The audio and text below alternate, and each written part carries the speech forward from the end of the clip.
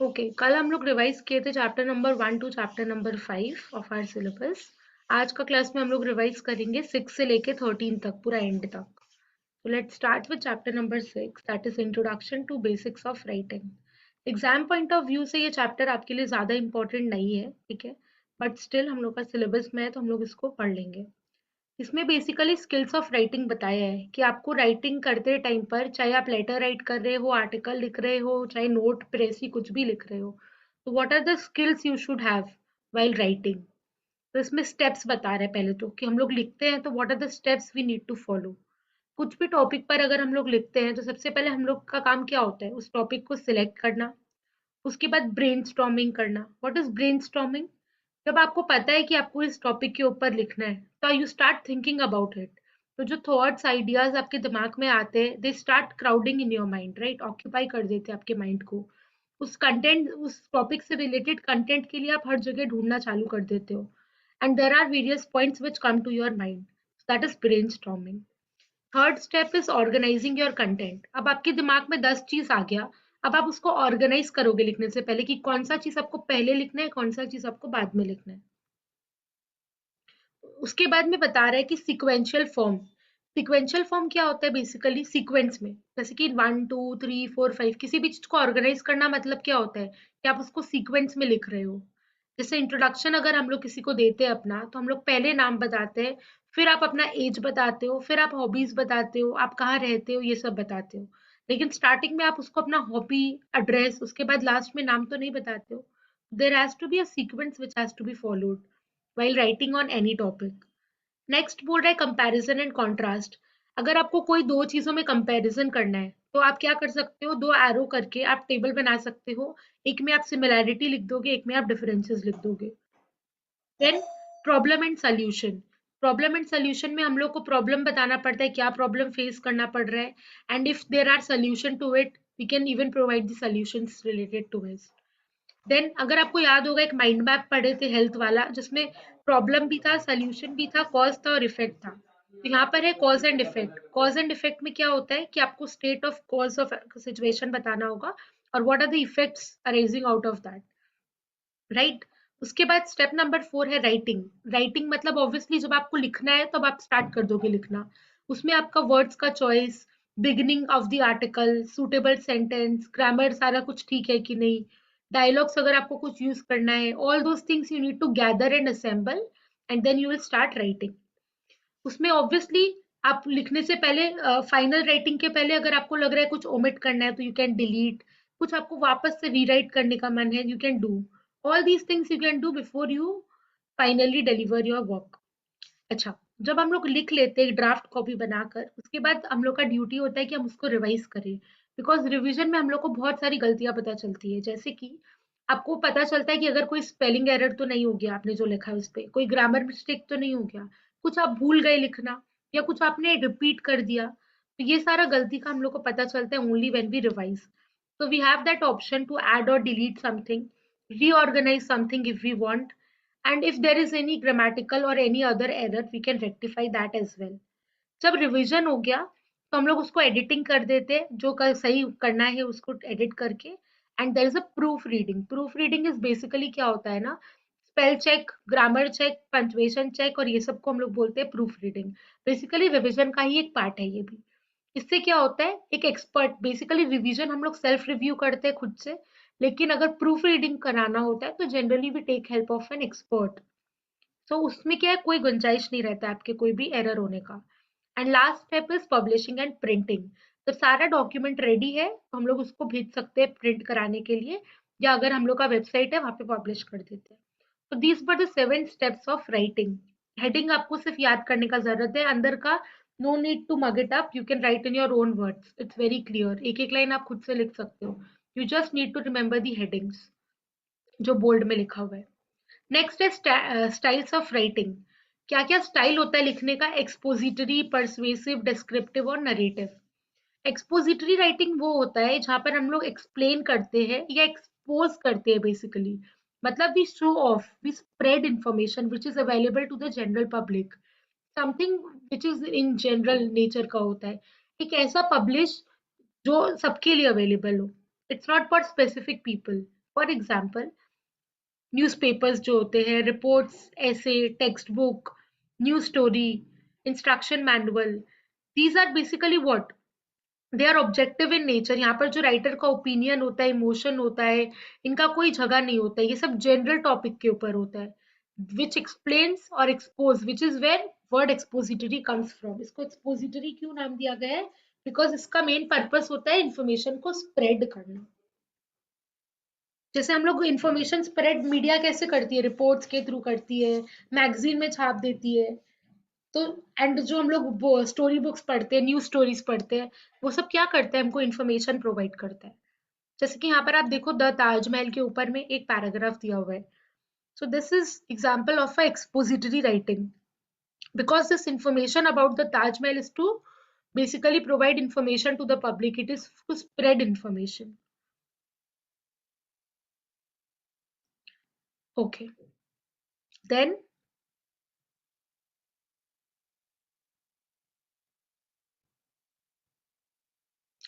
the second type is persuasive or argumentative. From the name itself we can make out कि ये होता क्या है। परसुएसिव या फिर आर्ग्यूमेंटेटिव। परसुएसिव का मतलब होता है जिस चीज से हम लोग किसी को कन्विंस कर सके, और आर्ग्यूमेंटेटिव मतलब डिबेटेबल टॉपिक जिसके ऊपर आप डिबेट कर सकते हो, आइदर इन फेवर और अगेंस्ट। तो जो राइटर होता है वो परसुएट करता है रीडर को कि वो आपका पॉइंट ऑफ व्यू को एक्सेप्ट करे through your writings, through his writings. तो बेसिकली परसुएसिव राइटिंग कहाँ पर ज्यादा कॉमनली देखने मिलेगा? Editorials, speeches, business idea, complain, review, advertisement. Obvious सा बात है, आप एडवर्टीजमेंट क्यों करते हो? परसुएट करने के लिए, कस्टमर को कन्विंस करने के लिए कि टू बाय योर प्रोडक्ट। वैसे ही आप रिव्यू देते हो बुक्स पर या मूवीज पे, अगर आपने मूवीज देखकर आते हैं तो उसके ऊपर रिव्यू देते हैं। They are persuasive in nature to convince other people like us whether that movie is good or bad. उसी तरह कंप्लेन, अगर हम कंप्लेन रजिस्टर कर रहे हैं तो हम परसुएट कर रहे हैं, कन्विंस कर रहे हैं सामने वाले को that I am not happy with your product. या फिर अगर आप स्पीच देते हो, that is again to influence somebody, right? So these are example of persuasive or argumentative.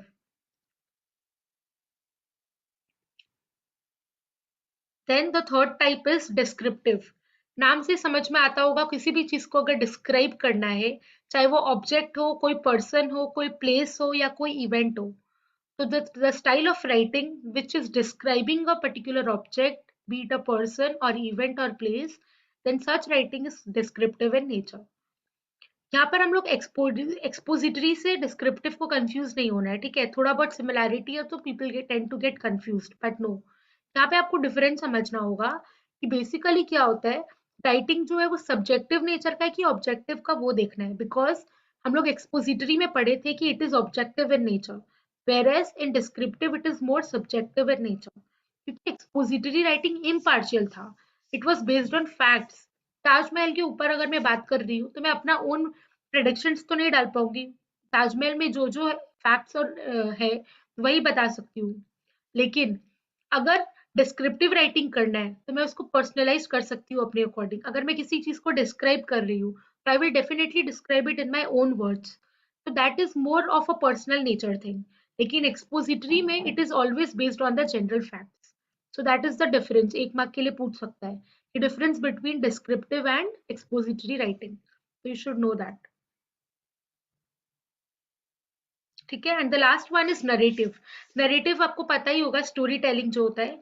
अगर आप किसी और को कोई स्टोरी सुना रहे हो, that means you are the narrator of that story, storyteller जिसको बोलते हैं। तो नरेटिव क्या होता है? बेसिकली एक स्टोरी टेलिंग होता है जहां पर आप किसी के बिहाफ में एक स्टोरी पूरा सुना रहे हो। अच्छा, वो जो स्टोरी होगा वो फिक्शनल भी हो सकता है, नॉन फिक्शनल भी हो सकता है। It can be based on real life event और stories, and it is mostly personal and imaginative. अच्छा, ओरिजिनल होता है, सेल्फ एक्सप्रेसिव होता है। So what are the techniques we use in narrative writing? Interesting, well fleshed, round. क्या obvious सा बात है, कोई भी स्टोरी अगर हम किसी को सुनाएंगे वो इंटरेस्टिंग होना बहुत जरूरी है। दूसरा, उसका थीम बहुत क्लियर होना चाहिए। उसमें जो भी पॉइंट ऑफ व्यू है उस नरेटर का वो बहुत क्लियर होना चाहिए। इमोशनल अपील नहीं होना चाहिए। इमेजिनेटिव लैंग्वेज और ये सारा चीज होना चाहिए। मेटाफोर्स, सिमिलीज, ये सब से क्या होता है, अट्रैक्शन होता है, तो ये सब से और इंटरेस्टिंग बन जाते हैं। तो we should try to use more metaphors and similes in the story. Then dialogues होना चाहिए ताकि मोनोटनी ब्रेक हो, थोड़ा इंटरेस्टिंग बने। तो दीज आर, ये एकदम भी इंपॉर्टेंट नहीं है, बट ठीक है, कर लेते हैं। 4 टाइप आपको जानना जरूरी था, उसके बारे में 1 और 2 lines is more than enough. Then significance of writing for students, क्यों हम लोग के लिए लिखना बहुत जरूरी होता है। तो इसमें जो हेडलाइंस है वो आपको जानना है, 6 पॉइंट्स देके रखा है, what are the importance of writing. Improves communication skill, obviously लिखने से हमारा कम्युनिकेशन स्किल क्या होता है, इम्प्रूव होता है। दूसरा, help student review and remember recently learn material, हम लोग रिसेंट में जो भी कुछ पढ़े होते हैं उसको हम लोग रिव्यू कर सकते हैं अगर हम लोग लिखते हैं तो, क्योंकि we have the option to read again, so we can review that. Third is means by which educators assess student learning, कोई भी असेसमेंट अगर हम लोग देते हैं, चाहे वो स्कूल असेसमेंट हो या फिर कहीं पर और भी कोई और असेसमेंट हो, that is always in writing. तो इट्स अ वे ऑफ जर्जिंग और असेसिंग द स्टूडेंट लर्निंग कि कितना उसने पढ़ के रखा है, क्योंकि रिटन टेस्ट जब वो देगा उसके बेसिस पे यू कैन जर्ज his learning. Fourth point says encourages creative expression and exploration, essential for self understanding, future career prospect। Obviously जो राइटिंग वर्क होता है, पोइट्स होते हैं, बड़े बड़े ऑथर्स हैं, उन लोग के लिए कितना अच्छा करियर प्रोस्पेक्ट बन जाता है उनकी राइटिंग। एक बार लिखकर वो कितने फ्यूचर में अपने करियर को ग्रो कर सकते हैं, कमा सकते हैं अपना बुक पब्लिश करके उसके through. So there is a good scope of for future prospect. Then essential for self understanding, obviously अगर आप कोई भी ऐसे या असाइनमेंट खुद से लिखते हो तो you can better understand it. ठीक है, फिर बोला characteristic of good business writing, there are 8 points here. Clear purpose, जो भी आपका राइटिंग का पर्पस है वो क्लियर होना चाहिए। क्लैरिटी हर जगह होना चाहिए राइटिंग में, सेम पॉइंट है, रिपीट है, इंपॉर्टेंस में भी था। Target audience, you should no कि आपकी writing is meant for which type of people, तो उनके नजरिए से आपको लिखना है, इस तरह से लिखना है that it is helpful for your target audience. जैसे कि अगर आप कुछ मान लो मूवीज पर लिख रहे हो और वो मूवी जो है वो it is based on the new generation, तो आपकी टारगेट ऑडियंस यहाँ पर न्यू जनरेशन होंगी, तो आपको उनको ध्यान में रखते हुए इंटरेस्टिंग बना के लिखना है so that it is attracting to them. उसी तरह if your target is the old people, then you should write in a more simple manner, जिससे आपके टारगेट ऑडियंस के लिए बेनिफिशियल हो। Then suitable tone. Obviously, while writing anything, the tone should be always suitable. ज़्यादा over friendly भी नहीं होना है और over informal भी नहीं होना है। Fifth point says appropriate format. Writing में format plays a very important role. Be it letter, be it memos, be it notes, anything. एक appropriate format होने से it always helps, for any sort of confusion. Sixth point says personal opinion और emotion. हमेशा business communication facts और figures पे based होता है, यहाँ पर हम लोग अपना पर्सनल इमोशंस या ओपिनियन को नहीं डाल सकते हैं। फॉर एग्जाम्पल, बहुत लोग का हैबिट होता है to use words like I think, I feel, in my opinion. In business communication we don't have place for all these words. हाँ, आप पर्सनल अगर एक लेटर लिखते हो अपने फ्रेंड को या आप उससे फोन पे बात करते हो, then you have full right to use these words, but we are talking about business communication. So in such cases, we cannot use the words like I think, I feel. आपको क्या लगता है वो सामने वाले के लिए मायने नहीं रखता है। What you have to speak is based on figures and facts and not what you think. ठीक है, ये चैप्टर हो गया। I think it was clear.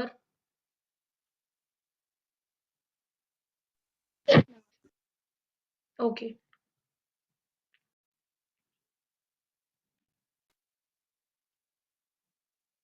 Okay. Now we are starting with chapter number 7, that is Prezi writing.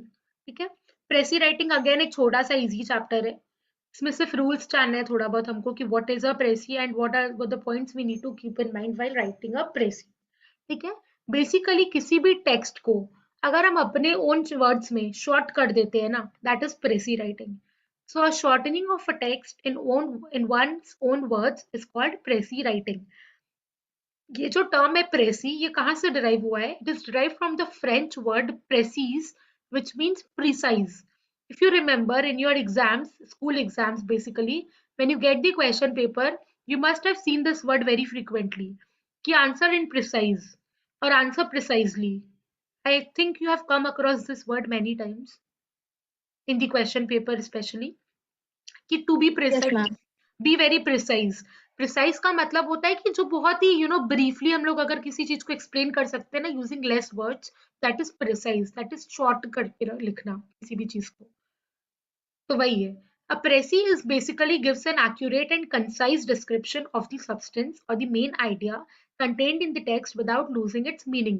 One most important thing you have to keep in mind is you cannot change or alter the meaning. जो भी आपका पूरा text है उसको आप short करो, but you cannot avoid anything which is important और you cannot change the meaning at all. बिना मीनिंग को चेंज किए आप अगर उसको शॉर्ट करके लिख सकते हो in your own words, that is precis. Okay, तो प्रेसी क्या होता है ये तो हम लोग को समझ में आ गया। उसके बाद बात करते हैं हम लोग difference between precis and summary. Summary भी कुछ हद तक यही होता है, देन दोनों में फर्क क्या होता है फिर?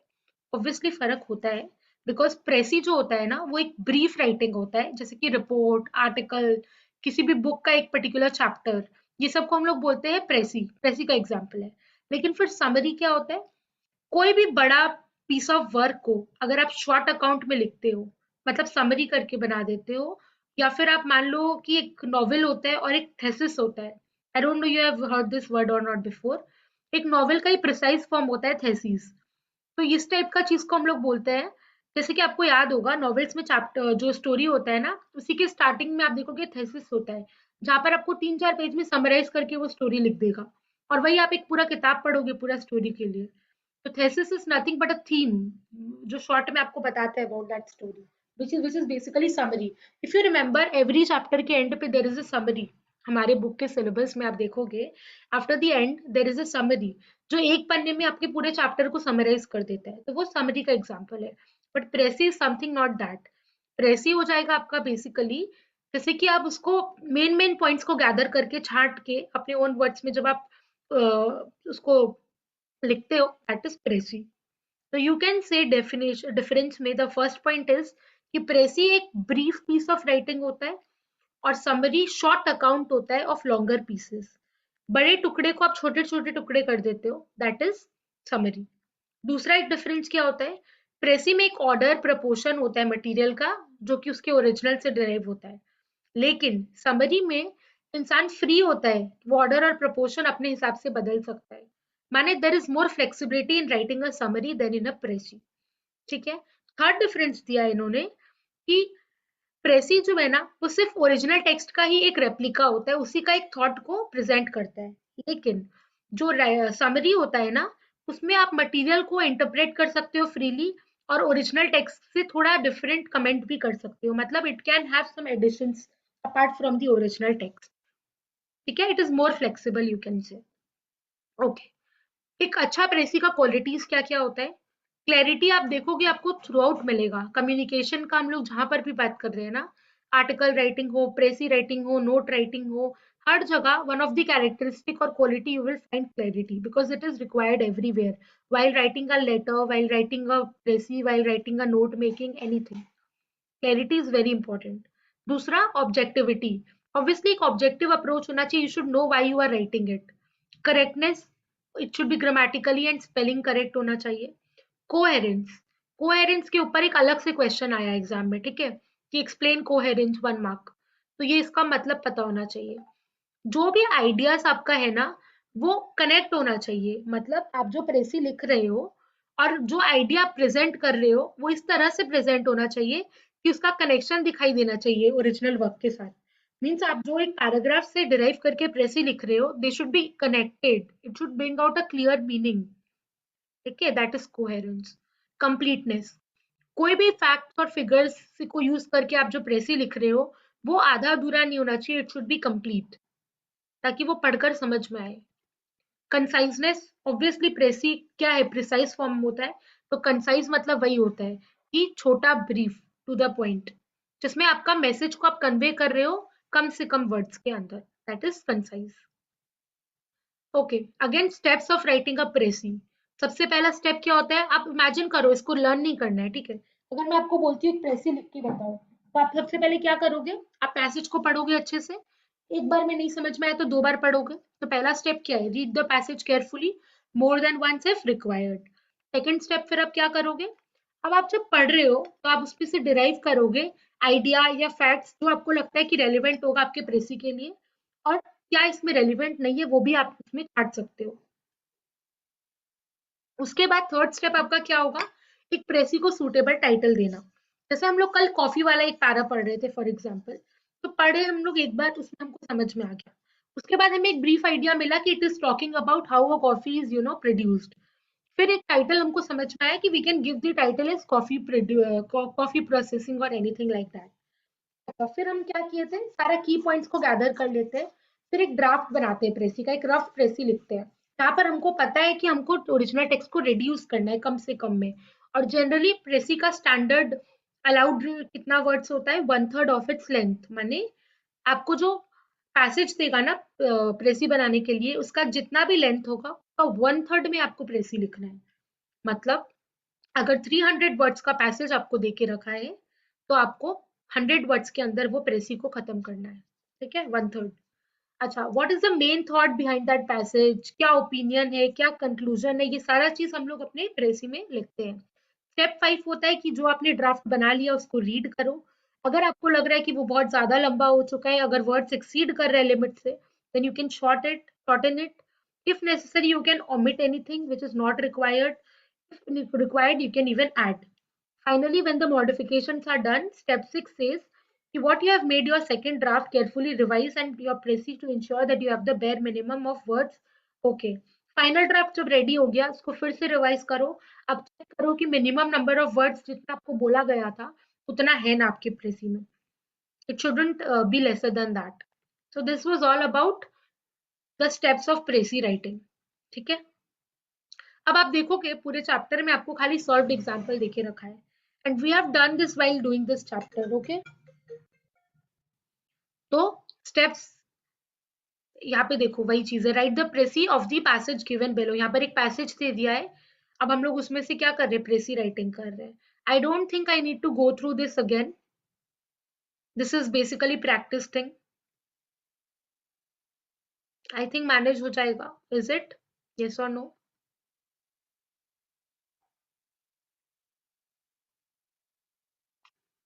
Please respond Muskan.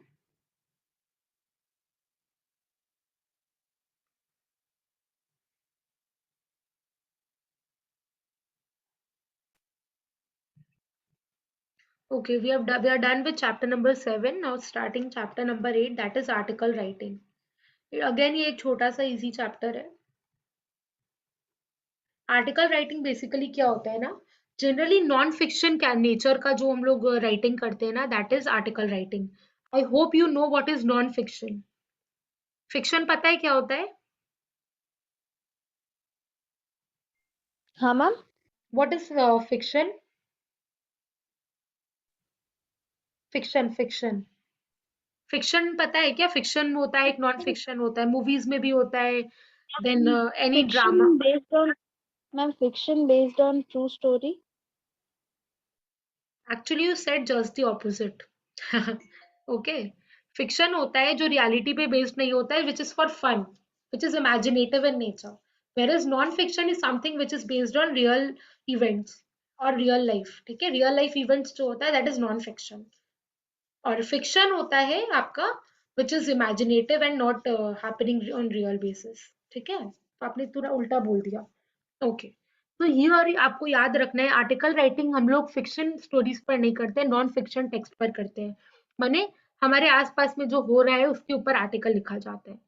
ओके, तो बेसिकली आर्टिकल राइटिंग आपको पता होगा, if you have read a newspaper और मैगजीन और जर्नल, हर दिन वहां पर आप देखोगे नए नए आर्टिकल्स छपते रहते हैं, and this is available to a wide audience. Whoever is reading that newspaper or magazine can have access to that article, right? Even websites पर आप देखोगे various articles, कोई भी event होता है ना, अगला दिन आप देखोगे आर्टिकल छप गया उसके ऊपर, और कितने सारे Times of India, Hindustan Times and who not. Even आजकल general public like you and me are so much indulging into this activity. आजकल आर्टिकल राइटिंग हर कोई करता है। आर्टिकल राइटिंग करने के लिए you don't need a lot of things, even you can do that. Website पे जाकर आप अपने खुद से भी आर्टिकल पब्लिश कर सकते हो, it's not a big deal. Generally magazine, journal और ये सब पे आर्टिकल्स बेसिकली मिलते हैं देखने को। And what are the topics on which हम लोग देखते हैं आर्टिकल्स? बेसिकली आप देखोगे जनरल इंटरेस्ट का, चाहे वो हेल्थ हो, पॉलिटिक्स हो, एंटरटेनमेंट हो। फॉर एग्जाम्पल मूवी, अच्छा आप एक मूवी देख कर आए हो, अगर आप उसके ऊपर देखोगे इसके रिव्यू के ऊपर आर्टिकल छप जाते हैं कि मूवी अच्छा है खराब है।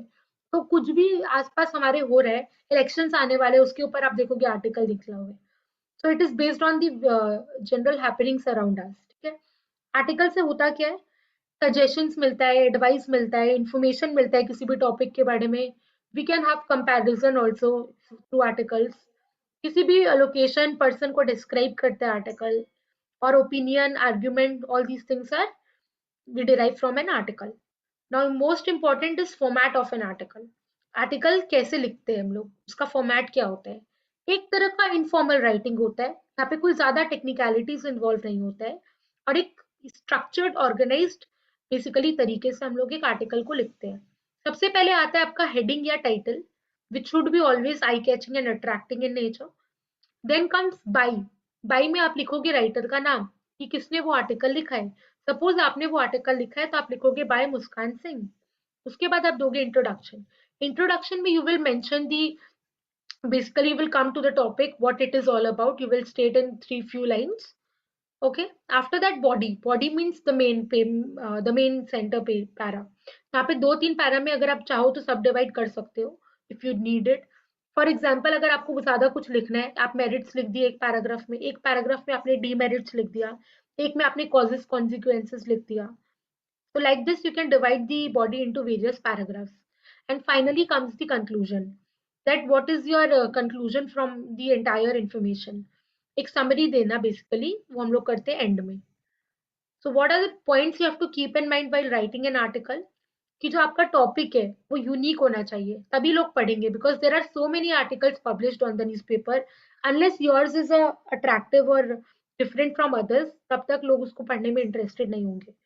आपको पता होना चाहिए आपका टारगेट ऑडियंस क्या है, जैसा कि मैंने पहले भी पॉइंट में बोला था। अगर आपका टारगेट ऑडियंस यंग जनरेशन है, तो it should be more friendly in nature, it should B framed in that particular manner. जो आपका टारगेट ऑडियंस है उसके हिसाब से आपको राइटिंग करनी होगी। आपको आइडेंटिफाई करना होगा what is your aim of behind writing that article. Eye catching और शॉर्ट होना चाहिए title. Opening sentence should always be a striking one. For example what you can do is you can start with a quotation. एक अच्छा सा quotation के साथ अगर आप स्टार्ट करते हो अपना article, then it is more attractive compare to the original ones, जहाँ पर आप नॉर्मली तरीके से स्टार्ट करते हो। फिर आप आर्टिकल को पैराग्राफ्स में ब्रेक करोगे, तो उससे क्या होता है, वो देखने में प्रेजेंटेशन वाइज अच्छा लगता है। So these are few of the points you have to keep in mind while writing an article. Steps करते हैं। स्टेप्स में सबसे पहला स्टेप इसका है आइडेंटिफाई करना टारगेट ऑडियंस को। दूसरा स्टेप है पर्पस ऑफ राइटिंग को आइडेंटिफाई करना, कि आपने क्यों लिखना है। थर्ड स्टेप बोलता है collect and select information. Basically steps आपको मोटा मोटी सारे का सेम मिलेगा, थोड़ा बहुत आगे पीछे है खाली, किसी में कुछ स्टेप ज्यादा है, किसी में कुछ कम है। फिर आप क्या करोगे, सिलेक्ट और कलेक्ट करोगे इन्फॉर्मेशन को, और फिर ऑर्गेनाइज करोगे उसको सिक्वेंशियली और लॉजिकली। ये हम लोग पढ़े थे डिमोनेटाइजेशन एग्जाम्पल जब हम लोग ने क्लास किया था। स्टेप नंबर 5 है finally you will write that article. And while writing the article you have to keep in mind few things, जो ऊपर हम लोग पढ़ चुके बेसिकली। बस एक चीज अब याद रखना कि आपको खुद के बारे में बात नहीं करना है, एंटायर पूरे आर्टिकल में आपको खुद के बारे में बात नहीं करना है, because obviously you are writing for the general public, you are not writing to your friends. Article आप अपने दोस्तों के लिए नहीं लिखते हो, तो आपके ओपिनियंस तभी इंटरेस्टिंग होंगे जब आप उसको एक्सप्लेन या जस्टिफाई कर सकते हो with figures and facts. Otherwise you can not talk about your personal stuff in the article, ठीक है। अब आप देखोगे there is samples of articles given here. हम लोग ने ये किया था 2 या 3 ठो जब हम लोग क्लास कर रहे थे। अभी it is more of a practice nature का thing, so I hope you can manage that, right? Yes, ma'am. Okay,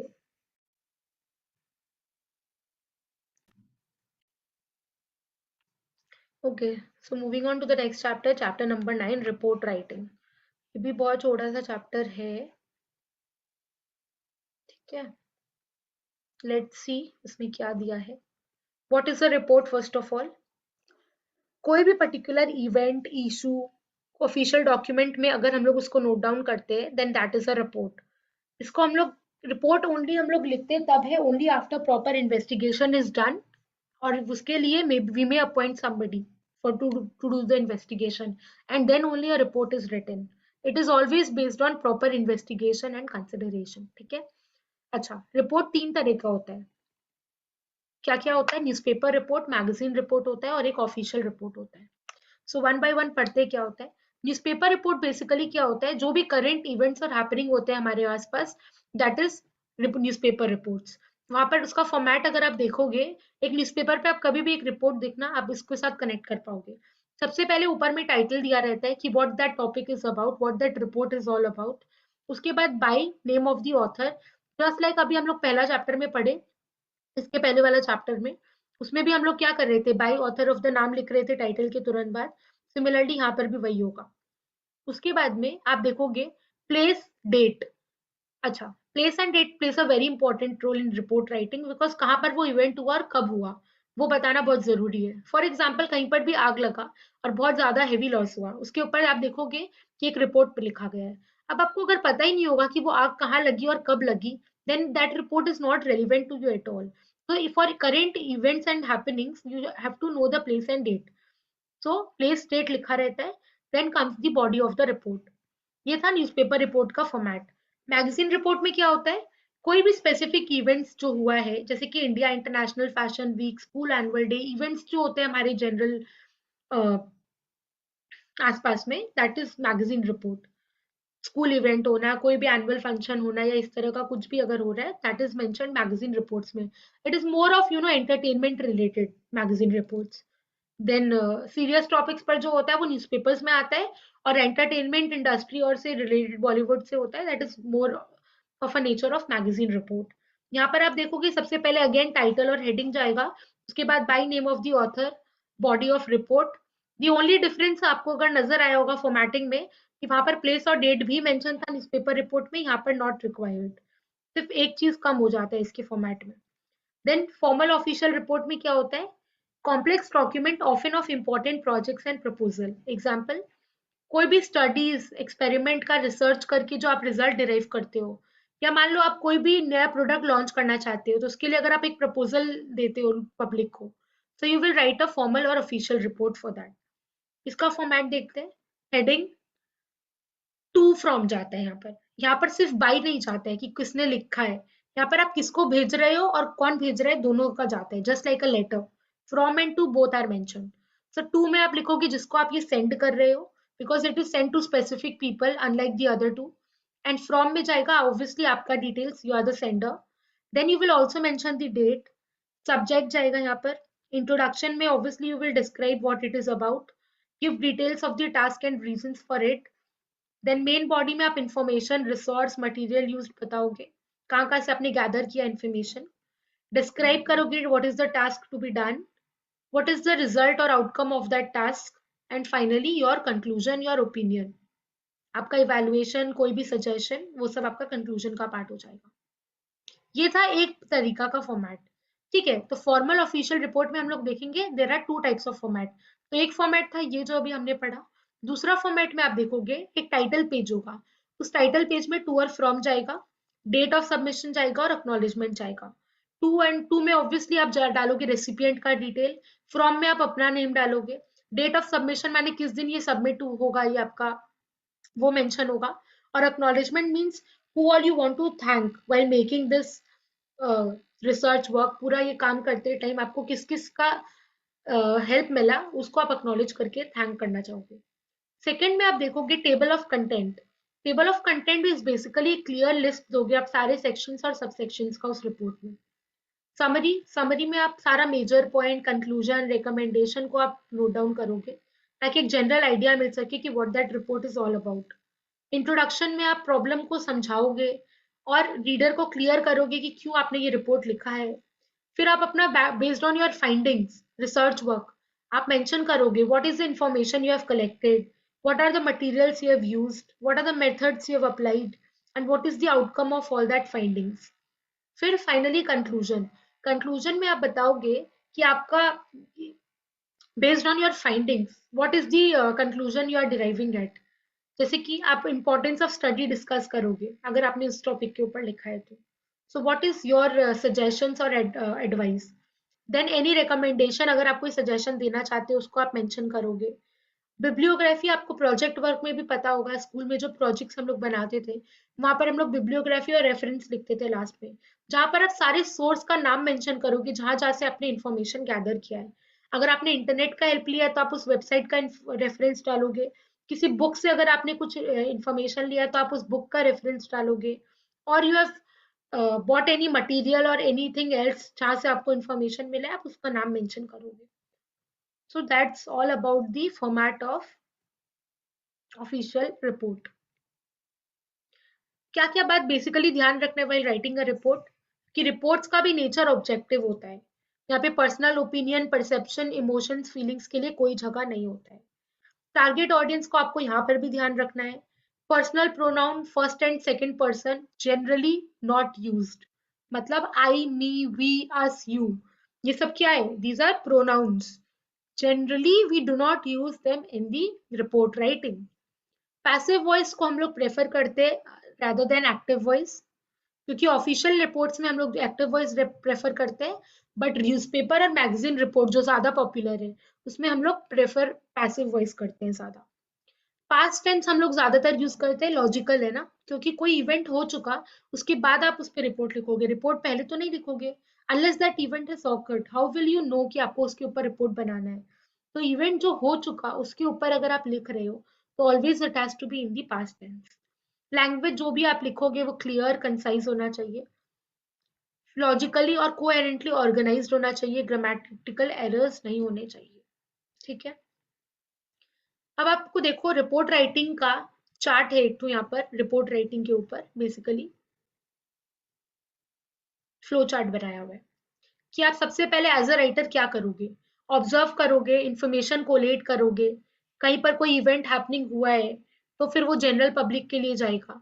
लेकिन अगर आप कोई पर्टिकुलर इशू को बता रहे हो जो किसी पर्टिकुलर ऑडियंस को फेस करना पड़ रहा है, मानो अगर आपने कुछ रिसर्च और इन्वेस्टिगेट किया जहां पर आपको पता चला कि कोई पर्टिकुलर इशू हो रहा है, कोई प्रॉब्लम स्पेसिफिक सोसाइटी सेक्शन को, देन आपका जो रिपोर्ट होगा that should be for the defined readers who are facing that problem.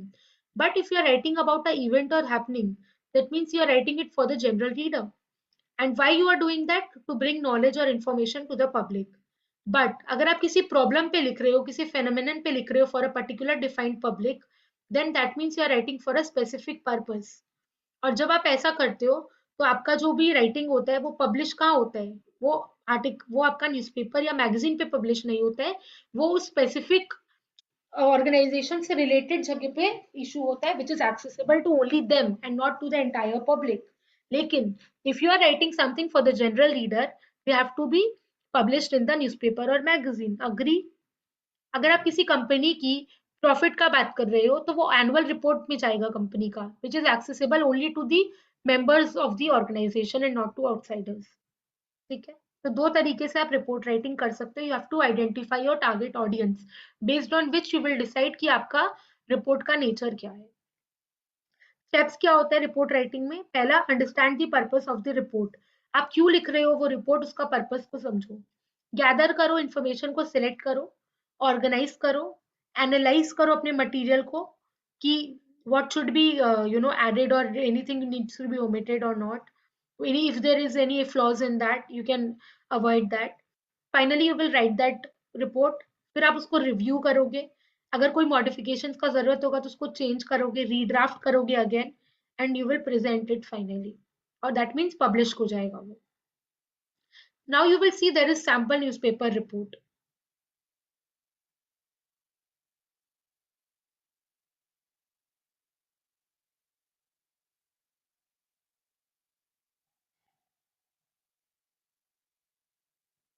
ये सब प्रैक्टिस करना होगा, ये सब हम लोग क्लास में डिस्कस किए थे, आई रिमेम्बर। अब आपका चैप्टर हो जाता है यहाँ पर ओवर। कोई डाउट है क्या इस चैप्टर में?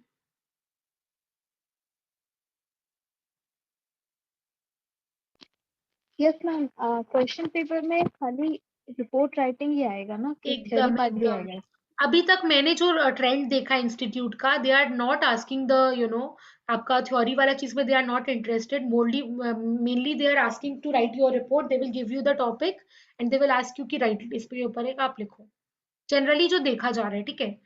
तो अगर पॉसिबल होगा ना, मैं ये जो कंप्लीट करा दूंगी सिलेबस, उसके बाद I make you go through the question paper once, तो आपको समझ में आएगा।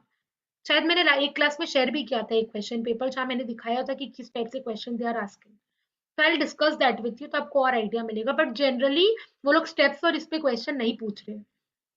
मैंने बहुत ज्यादा प्रीवियस पेपर्स तक नहीं गई थी, मैंने रिसेंट के कुछ चेक किए थे, यहाँ पे I couldn't find them, I could only see that they are asking directly, आपको टॉपिक दे दिया, बोला इसके ऊपर लेटर लिखो, इसके ऊपर रिपोर्ट लिखो, इसके ऊपर प्रेसी लिखो, तो it is more of a practical nature का पेपर, ठीक है, which is good actually.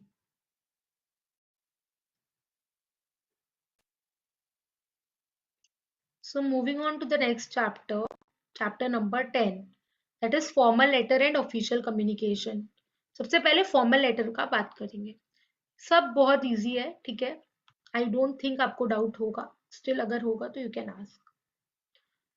So basically letters दो तरह के होते हैं, हम लोग को पता ही है ये बात, कि इनफॉर्मल लेटर होता है और एक फॉर्मल लेटर होता है। इनफॉर्मल लेटर वो होता है जो हम उन लोगों को लिखते हैं जिसके साथ हम बहुत फेमिलियर है, जिनके साथ हमारा पर्सनल टच होता है, जैसे कि हमारे रिलेटिव्स और फ्रेंड्स, वो लोग को हम बेसिकली कैजुअली अप्रोच करते हैं, इसीलिए we tend to communicate to them personally.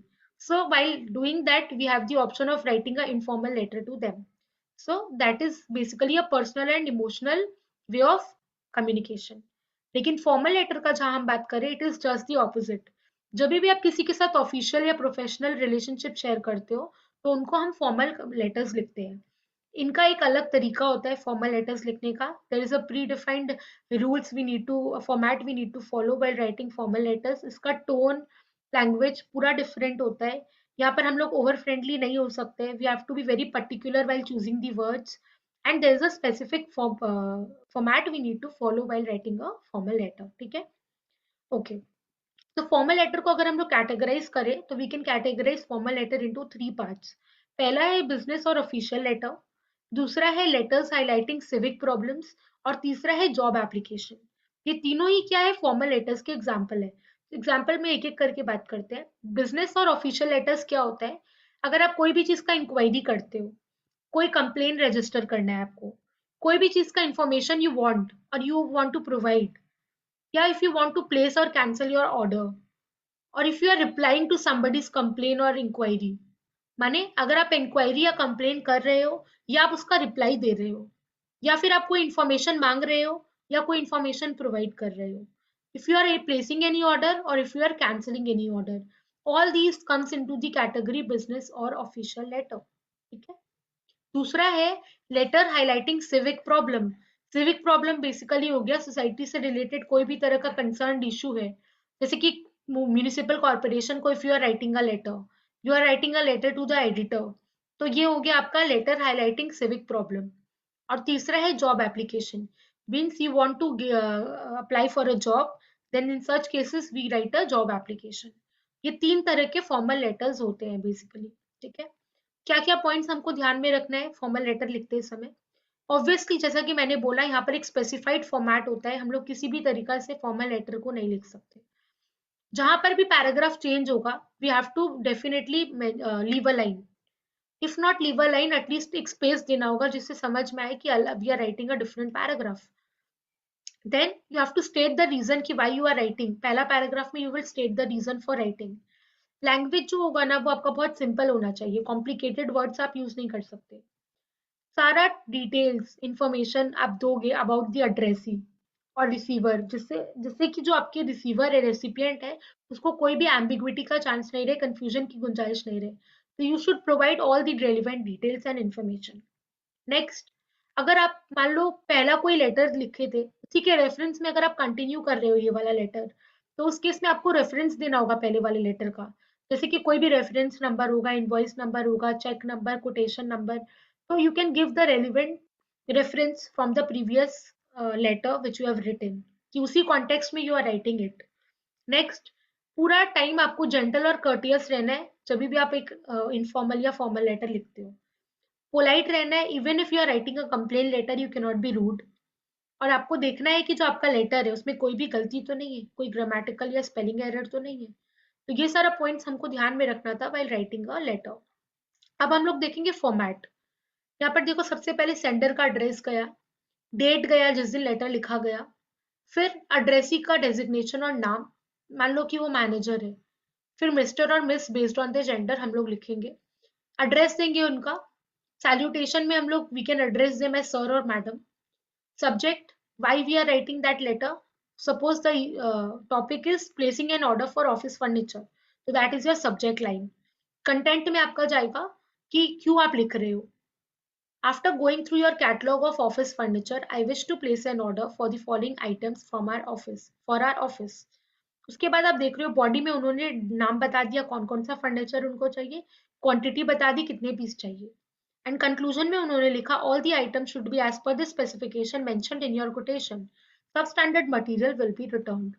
So very clearly that person has mentioned everything. Then he is saying the delivery should be made before this date, failing which the orders will stand cancelled. Please send the bill after deducting the discount as applicable. As agreed upon earlier, payment of the bill will be made by check in favor of the firm within 10 days after the delivery of items. Then the letter is closed with a complimentary clause by saying yours truly or sincerely. Signature dega, designation, who is writing that letter and who the person is. If he is a manager of XYZ company, he will mention his name, then he will write the designation that manager, and then he will at the end mention the name of the company जिस company के वो manager है. So this is how a formal letter looks like. ठीक है, अब एक एक topic को हम लोग डिस्क्राइब करके रखे कि सेंडर एड्रेस क्या होता है, डेट क्या होता है, सैल्यूटेशन क्या होता है। Obviously you know that sender का एड्रेस मतलब आप जो सेंडर अगर आप हो तो आप अपना एड्रेस दोगे, एड्रेस और कॉन्टैक्ट डिटेल्स दोगे। डेट मतलब डेट क्यों इंपॉर्टेंट होता है, because you need to know कि when is the letter being written. Salutation मतलब होता है कि सामने वाले को आप एक रिस्पेक्ट के साथ एड्रेस करते हो, जैसे कि डियर सर, मैडम। अगर आपको उस पर्सन का नाम नहीं पता सपोज, तो आप उसको सर और मैडम करके एटलीस्ट एड्रेस कर सकते हो, which sounds better. If you know the name of the person, then you can mention dear Mr. So and so. If you know the name, you can use the title Mr., Miss, Mrs. Direct, you can use the name after that Mr. or Mrs. Okay. Then comes the subject. Subject का मतलब क्या होता है, basically salutation के तुरंत बाद subject आता है, जहाँ पर हम लोग बताते हैं कि why that letter is written, उसका मैटर क्या है, रीजन क्या है। कंटेंट मतलब होता है कि part of the letter. Parts में क्या आता है, इंट्रोडक्शन आता है, बॉडी आता है और कंक्लूजन आता है, राइट। तीन चीज आता है। इंट्रोडक्शन में हम लोग ब्रीफली बताते हैं 2 लाइन में कि what is the purpose of writing that letter. Body में we should mention all the relevant details related to that topic, be it the advantages, disadvantages, importance, effects, causes, solution, ये सब body का part है। और conclusion होता है कि आपका रिकमेंडेशन, सजेशन, कुछ भी, what is the outcome of your findings और रिसर्च, वो आप कंक्लूजन में मेंशन करते हो, अपना opinion. And finally you complimentary close करके लेटर को क्लोज करते हो। What are the complimentary close you can use, your respectfully, your sincerely, yours truly, with appreciation, with sincere appreciation, with sincere thanks, ये सारे words हम लोग use कर सकते हैं कॉम्प्लीमेंट्री क्लोज करने के लिए। और इसके तुरंत बाद आप लिखोगे अपना नाम, डेजिग्नेशन और कंपनी का नाम।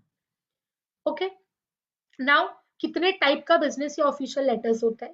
पहला होता है लेटर ऑफ इंक्वायरी, जहां पर आप इंक्वायरी करते हो किसी भी चीज के बारे में, चाहे वो प्रोडक्ट हो, कोई सर्विस हो जिसके बारे में आपको इन्फॉर्मेशन चाहिए, तो आप एक लेटर ऑफ इंक्वायरी लिखोगे ताकि आप गैदर कर सको इन्फॉर्मेशन अलग अलग सोर्सेज से, चाहे वो उसके प्राइस को लेकर हो, किसी भी सर्विस को लेकर हो, कोई प्रोडक्ट को लेकर हो।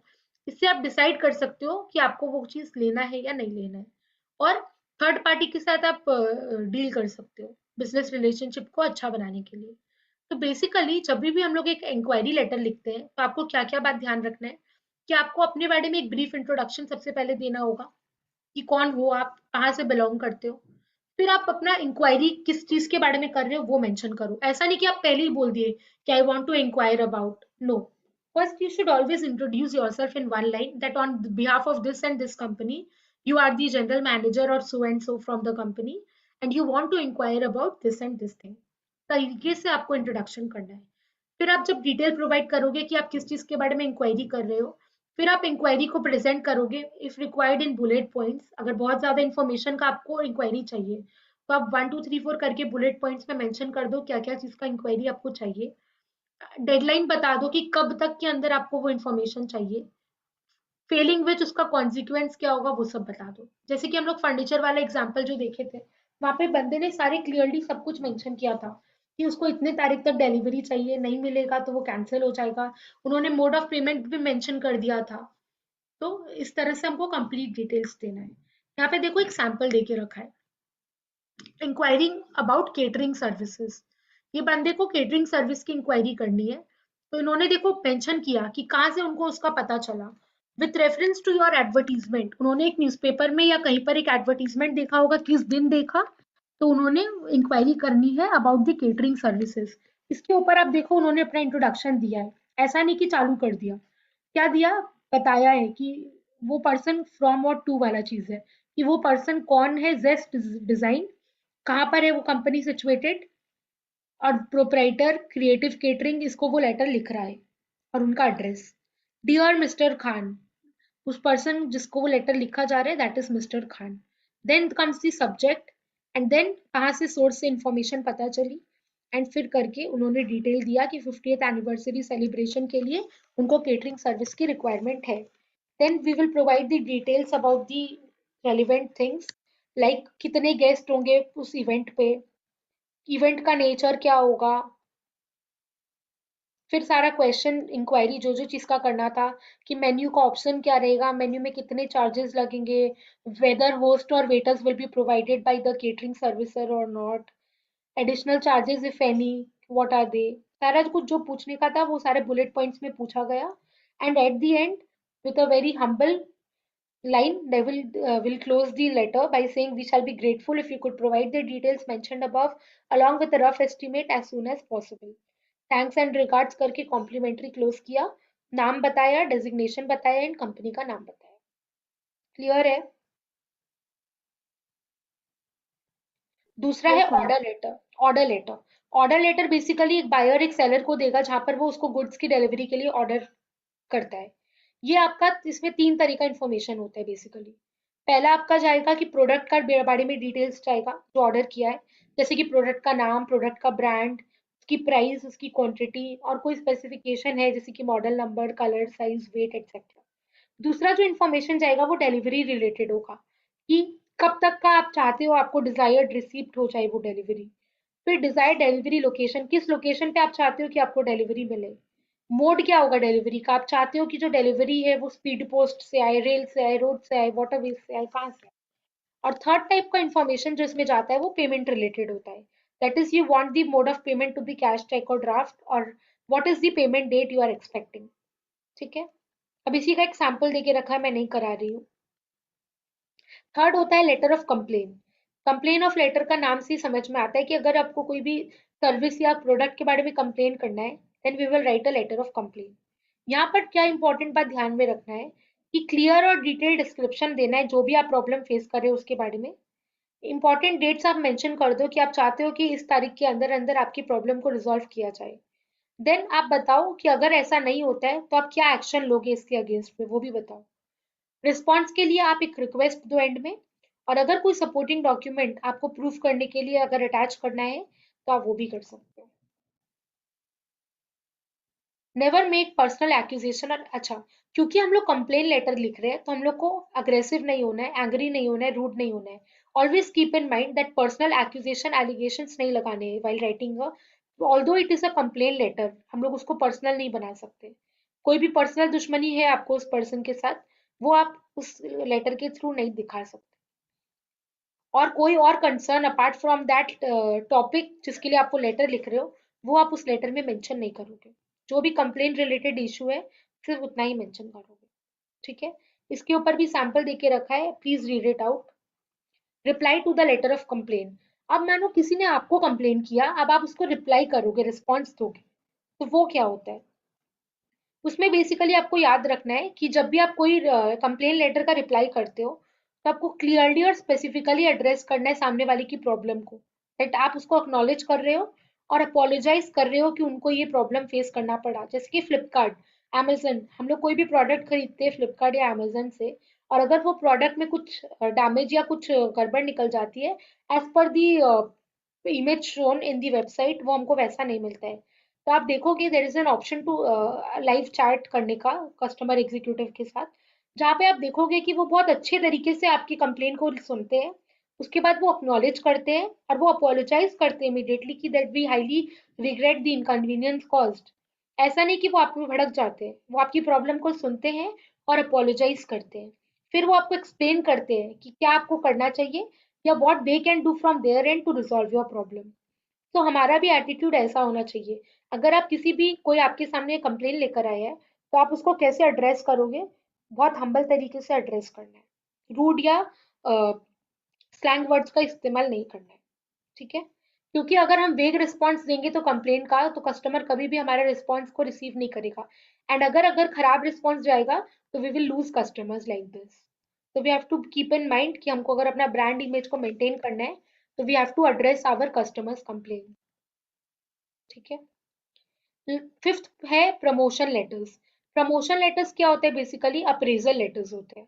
जैसे मान लो कोई कंपनी में अगर किसी का प्रमोशन होता है, तो उसको क्या कैसे इंटीमेट किया जाता है? एक प्रमोशन लेटर के थ्रू एम्प्लॉइज को बताया जाता है कि दे आर गेटिंग प्रमोटेड। तो बेसिकली ये तो हो गया एक एम्प्लॉय का प्रमोशन का बात। इसके अलावा और भी बहुत प्रमोशनल लेटर्स हो सकते हैं, जैसे कि अगर एक कंपनी है, वो नया नया ब्रांचेस खोल रही है अलग अलग कंट्रीज में, तो वो क्या करेगी? एक प्रमोशन लेटर लेकर आएगी जहाँ से वो अपने एम्प्लॉयज को बताएगी कि that they have a new branch here also. या फिर कोई तरह का ऑफर और डील लेकर आते हैं कंपनी, कोई नया फैसिलिटी का इंट्रोडक्शन होता है। तो all these are basically getting promoted, क्योंकि आप एक स्टेप ऊपर बढ़ रहे हो। That means you are getting a promotion. तो उस केस में हम लोग प्रमोशन लेटर लिखते हैं। प्रमोशन लेटर लिखते समय बिजनेस इंग्लिश टोन होना चाहिए, फैंसी वर्ड्स का इस्तेमाल नहीं होना चाहिए, टू द पॉइंट होना चाहिए, प्रमोशन के बारे में डिस्कशन होना चाहिए। अननेसेसरी बड़ा हम लोग नहीं करेंगे उस लेटर को। बहुत शॉर्ट समराइज्ड लेटर होता है जहाँ पर सिर्फ और सिर्फ मुद्दे पर बात किया जाता है। ठीक है? फिर है sales letter. Sales letter basically क्या होता है? अगर कोई भी चीज को आपको पब्लिसाइज करना होता है या आपको उसको सेल करना होता है, तो हम लोग सेल्स लेटर लिखते हैं। सेल्स लेटर क्या मदद करता है? ऑब्वियसली सेल्स प्रमोशन में हेल्प करता होगा, नाम से ही समझ में आ रहा है। कोई भी फैक्ट्स और फिगर्स को इजीली समझ पाओगे अगर आप लेटर में डाल दोगे तो। आप कोई भी ऑफर्स लेकर आ रहे हो, उसको भी आप उसमें ऐड कर सकते हो। बिजनेस का वेंचर को और पार्टनरशिप को आप स्ट्रेंथन कर सकते हो सेल्स लेटर के थ्रू। अपने कस्टमर्स को इम्पोर्टेंस को हाईलाइट कर सकते हो इसके थ्रू। क्या क्या बात ध्यान में रखना है while writing a sales letter? Formal language का इस्तेमाल करना है, इंग्लिश जो पूरे टाइम इंग्लिश में बात करना है, स्लैंग अवॉइड करना है, फॉर्मल सैल्यूटेशन यूज करना है, कंटेंट सेल्स स्पेसिफिक होना चाहिए, शॉर्ट और क्रिस्प रखना है लेटर को। कोई भी नया प्रोडक्ट लॉन्च होता है तो उसका फीचर्स यूजेस बेनिफिट्स बताना है। टारगेट ऑडियंस को हमेशा ध्यान रखते हुए लिखना है। ठीक है? These are the points you have to keep in mind while writing a formal letter. Then is the recovery letter. Recovery letter basically वो हो गया कि अगर आपको किसी के साथ पैसा रिकवर करना है, मान लो अगर आपका पैसा किसी के पास अटका हुआ है, या आपने किसी को गुड्स बेच के रखा है उधार पे, then you need to recover the money out of them. So for that, in that case, to give them a reminder, you will give a recovery letter to them. तो रिकवरी लेटर में आपको ये बात ध्यान रखना है कि आपका लैंग्वेज पोलाइट होना चाहिए, एक जेंटल रिमाइंडर लिखना होगा। आप उसको अक्यूज करके लेटर नहीं लिखोगे, धमकी नहीं दोगे कि मेरा पेमेंट कर दो। आप उसको एक जेंटल रिमाइंडर के तौर पे मैसेज लिखोगे। देन थ्रेटनिंग लैंग्वेज नहीं कि आप ऐसा कर दोगे वैसा कर दोगे, आप उसको किडनैप कर लोगे अगर आपका पैसा नहीं दिया। इस तरह से काम नहीं होता है। आप उसको एक हम्बल नेचर की तरह जेंटल रिमाइंडर के तौर पर आप उसको रिक्वेस्ट करोगे to make the payment on time. Then आप उसको रीजन दोगे, कोई वजह से डिस्प्यूट है, एरर है, पेबैक का कोई रीजन है तो दोगे। कोई लीगल एक्शन, आप बहुत पोलाइट वे में लीगल एक्शन का भी बात करोगे कि if the payment is not made on time, you might opt for legal action. ठीक है? ऑफिशियल रिकवरी लेटर में पर्सनल हेट्रेड का कोई जगह नहीं है, तो पर्सनल ग्रजेस हम लोग नहीं निकालेंगे यहाँ पर। और लैंग्वेज फॉर्मल और बिजनेस ओरिएंटेड रहना चाहिए। ठीक है?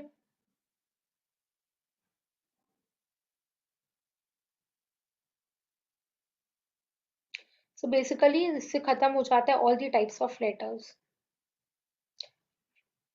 Done with this chapter as well. Any doubt? So moving on to the next chapter, इसी chapter का second part, sorry, that is official communication, which is only for 5 pages. Official communication जैसे कि examples बात करते हैं, circulars. Circulars क्या होता है? Just like letters only, it is circulated to a large number of employees. Suppose if it's a big company, it has 400-500 employees, तो उस केस में आप इंडिविजुअली सबको अलग अलग नहीं ड्राफ्ट करोगे, आप एक सर्कुलर है जिसको सर्कुलेट करोगे to a large number of audience. एक बार लिख के आप सर्कुलेट कर सकते हो to a large number of people at one time. So such are circulars. ये एक स्पेशल मैसेज या इंस्ट्रक्शन होता है जो आप फ्यूचर में फॉलो करवाना चाहते हो अपने एम्प्लॉइज से। यूजर फ्रेंडली होता है, कॉस्ट इफेक्टिव मेथड होता है, because you can send it to a large number of people at the same time basically. तो ये कॉस्ट इफेक्टिव भी होता है। How does a circular looks like? जैसे कि यहाँ पर आप देखो, ऑफिस वर्किंग आवर को लेकर एक सर्क्यूलर कंपनी देना चाहती है। सर्क्यूलर का फॉर्मेट में याद रखना, सर्क्यूलर नंबर इंपॉर्टेंट होता है। जैसे कि सब में कुछ ना कुछ था ना, रेफरेंस नंबर या ये वो, सर्क्यूलर में सर्क्यूलर नंबर होता है। लेफ्ट हैंड साइड में सर्क्यूलर नंबर होता है, राइट हैंड साइड में डेट जाता है, और मिडिल में जाएगा आपका subject line, that is office working hours. और आप ये ऑब्वियसली अभी ऊपर बताया कि it is generally made for all the employees. एक पर्टिकुलर 2-3 जन को लिए हम लोग सर्कुलर नहीं भेजते हैं, तो फॉर ऑल एम्प्लॉइज करके लिख दोगे। This is an official confirmation about the office timing that have to be followed strictly. आप ऑफिस टाइमिंग को लेकर एक सर्कुलर लिख रहे हो अपने सारे एम्प्लॉइज को कि आपका ऑफिस आवर वर्किंग जो रहेगा वो 6 PM to 2 AM रहेगा। उसमें सैटरडे संडे ऑफ रहेगी।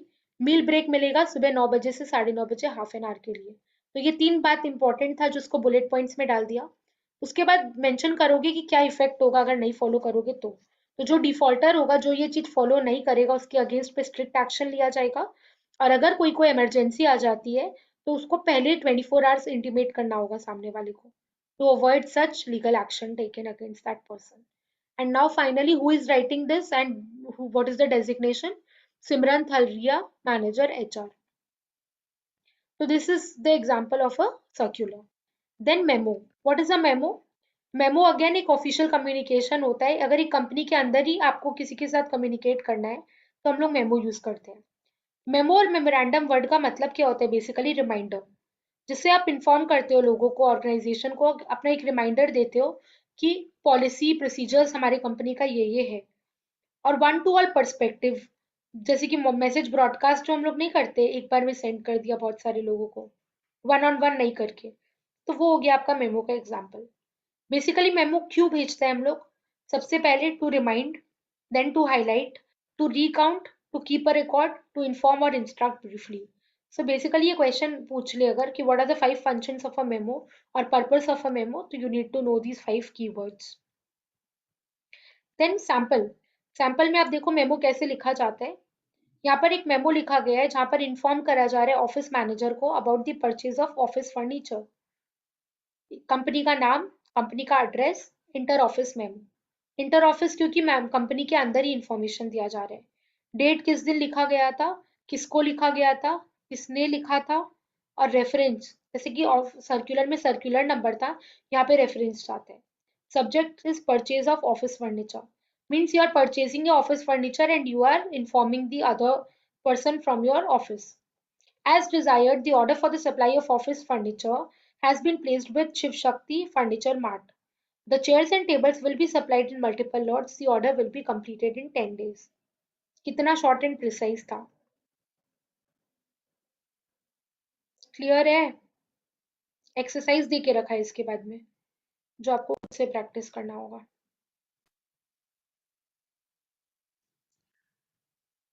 So starting with chapter number 11, okay, writing formal mails. Email होता क्या है? इनफॉर्मल या फॉर्मल कम्युनिकेशन करने का one of the most common method is electronic mail. जहाँ पर हम लोग मेल लिख सकते हैं, भेज सकते हैं, रिसीव कर सकते हैं और उसको स्टोर कर सकते हैं for record purpose. This is one of the most popular method of communication nowadays. Email basically हम लोग इंटर ऑफिस पर्पस के लिए यूज कर सकते हैं, या आउटसाइड द कंपनी इंस्टीट्यूशन में भी किसी से अगर कम्युनिकेट करना है तो उनको भी हम ईमेल कर सकते हैं। Best part about email is it is fast, immediate, and it allows us to interact and share information with all kind of people, चाहे वो विद इन दी ऑर्गेनाइजेशन वाले पीपल हो या आउटसाइड हो. For example within the organisation यानी कि अगर हमें एम्प्लॉइज के साथ में कुछ भी कम्युनिकेशन करना है वर्क रिलेटेड, तो हम लोग कर सकते हैं ईमेल के थ्रू. अगर क्लाइंट के साथ इंटरेक्शन करना है, सप्लायर, कस्टमर, कलीग्स और रिलेटिव फ्रेंड्स, तो आउटसाइडर्स जो है, फैमिली कोई है मेंबर्स, उन सब के साथ भी हम लोग वाया ईमेल कनेक्ट हो सकते हैं. Basically with in and beyond the national boundaries, अगर फॉरेन में भी person sitting at foreign country, उसके साथ भी हम लोग वाया ईमेल कनेक्ट कर सकते हैं without incurring any additional cost. तो this is the best part about email. Now what is formal email? अगर हम किसी को मेल करते हैं who is within and outside the organization but who are related to us for business purpose, like हमारे supplier, हमारे customers, जो लोग भले ही हमारे ऑर्गेनाइजेशन का हिस्सा नहीं है, but they are our business associates, वो लोग हमसे बिजनेस रिलेशनशिप शेयर करते हैं, तो वो ईमेल अगर हम जिस उन पर्सन्स को भेजेंगे तो वो हो जाएगा फॉर्मल ईमेल. तो यहाँ पर क्या ध्यान रखना है कि जो स्टाइल और लैंग्वेज है वो फॉर्मल होना चाहिए, जो हमारा पर्पस है लिखने का वो क्लियर होना चाहिए, और एटिकेट्स मेंटेन होना चाहिए, यानी कि डिसिप्लिन होना चाहिए while writing that entire email. Third category होता है सेकंड कैटेगरी होता है semi formal email. From the name itself you can make it out, it is not fully formal, it is not fully informal, it is a mixture of both. ये हम लोग basically अपने colleagues को लिखते हैं जो हमारी टीम का हिस्सा होता है और हमारे ही सेम लेवल पर होते हैं. That's why it is semi formal. जैसे कि आपके कलीग जो आप ही के लेवल पर काम कर रहे हैं, तो वो आपके more of friend cum colleague हो जाएंगे. That's the reason we write to them not a proper formal email but a semi formal email because they are not senior to us. Next is informal email. Informal email basically किसको भेजा जाता है? Send to friend and relatives, क्योंकि हम लोग उनके साथ एक पर्सनल रिलेशनशिप शेयर करते हैं. We need not write them a formal email. Okay. Format generally एक ईमेल में क्या होता है? फ्रॉम, दैट इज आपको अपना एड्रेस, अपना ईमेल आईडी देना होगा, सेंडर का ईमेल एड्रेस. टू में आप रिसीवर का ईमेल आईडी दोगे जिसको आप भेज रहे हो. एक से ज्यादा है तो आप उतने सारे मल्टीपल ईमेल आईडीज को दोगे. सीसी का मतलब होता है कार्बन कॉपी, यानी कि आप भेजना किसी और को चाहते हो, बट आप चाहते हो कि कोई और भी इसके साथ इन्फॉर्म्ड रहे. मतलब आप भेजना नहीं चाहते उसको, उसको आप जस्ट इन्फॉर्म्ड रखना चाहते हो that you are sending this email to this particular person and you want the third person to be informed about it. तो जिसको आप इन्फॉर्म सिर्फ करना चाहते हो उसको आप सीसी में रखोगे. ठीक है. Next BCC. What is BCC then? BCC का मतलब होता है ब्लैंक कार्बन कॉपी, यानी कि कोई ऐसा ईमेल आईडी या नाम जिसको आपको मैसेज भेजना तो चाहते हो, बट आप चाहते नहीं हो कि बाकी और जिसको आप भेज रहे हो वो लोग उसको देखें. For example if you want to send a email to multiple people, but for example out of that multiple people उसमें से एक जन ऐसा है जिसको आप हिडन रखना चाहते हो, बाकी सारे को नहीं पता चलना चाहिए कि वो भी उस मेल में कॉपीड है. तो उस केस में वो हिडन वाले पर्सन के लिए आप क्या कर सकते हो? उसको आप बीसीसी में डाल दो. अगर आप उसको बीसीसी में डालोगे तो बाकी लोगों को नहीं पता चलेगा कि वो ईमेल आपने उनको भी भेजा है. राइट. That subject. सब्जेक्ट मतलब होता है कि बेसिकली वही हेडिंग जो होता है आपके मेल का, by the reason for writing that email. It is very brief, एक लाइन में होना चाहिए. सैल्यूटेशन, जैसे कि हम लोग बाकी आर्टिकल और ये रिपोर्ट में पढ़े थे वैसे ही, डियर मिस्टर मिसेस करके हम लोग उसको सैल्यूट करते हैं. Then we write the name of that person if we know. Main body में आएगा आपका बेसिकली एक ओपनिंग पैराग्राफ, यहाँ पर reason for the email mentioned होगा. उसके बाद जितना as required we can break the mail into different paragraphs as per the requirement. Closing में हम लोग क्या करेंगे? कोई भी रिकमेंडेशन आपको देना है, अपने तरफ से सजेशन देना है, टाइमलाइन मेंशन करना है तो आप कर सकते हो. अटैचमेंट की एक ऑप्शन होती है ईमेल में जहाँ पर आप डॉक्यूमेंट्स अटैच कर सकते हो if required. You can do that as well. उसके बाद आप अपना एक सिग्नेचर लाइन दोगे जहाँ पर आप अपना नाम, सिग्नेचर, डेजिग्नेशन मेंशन करोगे और contact details if you want. Anatomy of a good email. एक अच्छे ईमेल में क्या क्या क्वालिटीज होनी चाहिए? सब्जेक्ट लाइन होना चाहिए, सैल्यूटेशन ग्रीटिंग होना चाहिए. फिर बॉडी ऑफ द ईमेल में आपको ध्यान रखना है कि आप सबसे पहले अपने आप को इंट्रोड्यूस करो. अगर आप पहली बार किसी को ईमेल करते हो तो it's always recommended that you do not go to the topic exactly. First you should introduce yourself in at least 1 or 2 line. Then you can explain the subject of the email. Throughout you have to be very clear and concise. Organized way में आपको mail को frame करना है. हर paragraph में एक ही particular topic के बारे में डिस्कशन करनी है। अगर कोई डिफरेंट टॉपिक आ जाता है तो you have to change the paragraph. Grammar, spelling, punctuation throughout correct होना चाहिए। While closing the email, you have to keep in mind that you have to end it with a good note of greetings. Sign off karo on a friendly note like thanks, regards, best wishes, like this, best regards. And then choose a closing that genuinely reflects your sentiment and strengthen your relationship to ensure professionalism. Always use your full name. एक formal mail में हमेशा recommend किया जाता है कि आपको हमेशा अपना पूरा नाम लिखना चाहिए, सिर्फ फर्स्ट नेम नहीं लिखना चाहिए। उसके बाद बोला कि एंड में इफ यू वांट कि आप उनके साथ टच में रहो, आगे भी अगर आपको जरूरत पड़ेगी तो you can always mention your contact details after your name. Okay, this was all about the formal email का points to be kept in mind. Then यहाँ पर आपको देखो एक सैंपल देके रखा है जहां पर क्या क्या गड़बड़ है वो बताया गया। ये हम लोग डिस्कस किए थे राइट, रिसेंटली जब पढ़े थे, तो इसको वापस से गो थ्रू नहीं करा रही हूँ।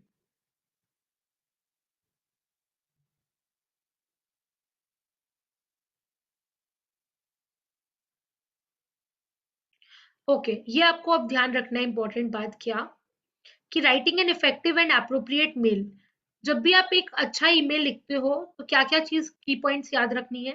B clear about the purpose of writing, make point about information that needs to be included, your tone and language should be suitable, use an appropriate salutation, mail को शॉर्ट और simple रखना है, short sentences use करने हैं, main purpose क्या है email का वो क्लियरली आइडेंटिफाइड होना चाहिए, डिफरेंट पॉइंट्स के लिए डिफरेंट पैराग्राफ्स यूज करेंगे, की पॉइंट्स को वी कैन ऑलवेज हाईलाइट और अंडरलाइन, टोन हमेशा फ्रेंडली होना चाहिए throughout the mail, polite रहना है हमको थ्रू आउट, प्रूफ रीड करो हमेशा भेजने से पहले, that is you should check the grammar, spelling, punctuation errors before sending the email, ensure you answer your queries और रिक्वेस्ट।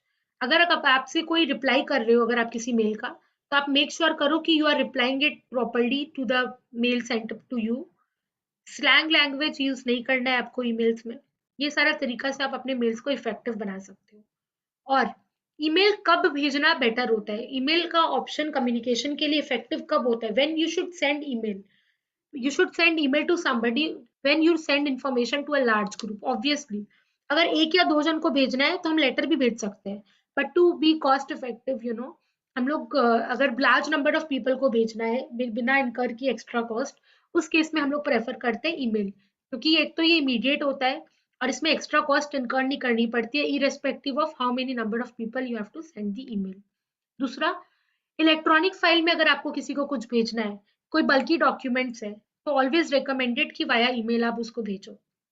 देन कांटेक्ट करना बहुत आसान हो जाता है लोगों को ईमेल से, जो लोग दूसरे दूर बैठे हैं आपसे। तो अगर आप दूसरा मोड आप चूज करोगे तो that might be costly and it might take time, but email no matter अगर आप किसी को फॉरेन कंट्री में भेज रहे हो जो कहाँ पर भी आपसे कितना भी दूर बैठा है, ईमेल उसको इंस्टेंट डिलीवर हो जाता है irrespective of the distance, irrespective of anything else. दूसरा, कब ईमेल भेजना रिकमेंडेड होता है, जहां पर आपको डेली कम्युनिकेशन की जरूरत होती है, क्योंकि इमीडिएट फीडबैक पॉसिबल है, आप तुरंत रिप्लाई कर सकते हो, तुरंत रिस्पॉन्ड कर सकते हो। और एक रिटन रिकॉर्ड जहां आपको चाहिए कम्युनिकेशन में, it's always recommended that we should use an email facility for that। Next, ये तो पढ़ा हमने कि कहाँ पर ईमेल एप्रोप्रिएट होता है। अब बात करते हैं कहाँ पर ईमेल इनएप्रोप्रिएट होता है, कहाँ पे हमको अवॉइड करना चाहिए कम्युनिकेशन वाया ईमेल। अगर कोई इशू बहुत कॉम्प्लिकेटेड है और उसमें बहुत लंबे डिस्कशन की जरूरत है, तो आप ईमेल में कितना टाइप करोगे, इससे अच्छा आप एक मीटिंग करके पर्सनली बातचीत करके डिस्कस कर लोगे। घंटों तक तो आप टाइप नहीं कर सकते अगर बहुत लंबा चौड़ा अगर आपको कोई इशू पे डिस्कशन करना है, तो इट्स रिकमेंडेड कि उसको ईमेल की जगह मीटिंग पे सॉल्व किया जाए। दूसरा, कोई कॉन्फिडेंशियल नेचर का डिस्कशन करना है आपको, तो it's always recommended that you should not opt for an email, because email में क्या होता है, हैक होने की चांसेस होती है ईमेल आईडी, जहाँ पर मिसयूज हो सकता है इन्फॉर्मेशन और लीक हो सकता है। तो अगर कुछ कॉन्फिडेंशियल या सेंसिटिव नेचर का इन्फॉर्मेशन है तो हम लोग को अवॉइड करना चाहिए यूजिंग ईमेल। तीसरा, जब भी हम लोग इमोशनल होते हैं, जैसे कि we can be either angry और सैड और हैप्पी और over excited, in such cases we should avoid writing an email, because यहाँ पर हमारा टोन ऑफ द मैसेज जो है ना वो अलग डिफरेंट हो जाएगा और वो सामने वाला उसको मिसअंडरस्टैंड भी कर सकता है। ठीक है, अब उसके बाद आप देखोगे सैंपल्स दिया हुआ है।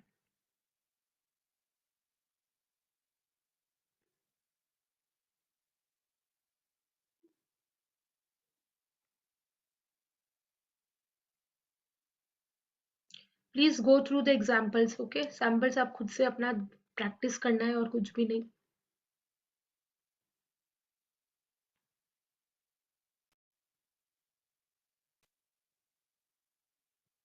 Okay, so let's start with chapter number 12, second last chapter of our syllabus, resume writing.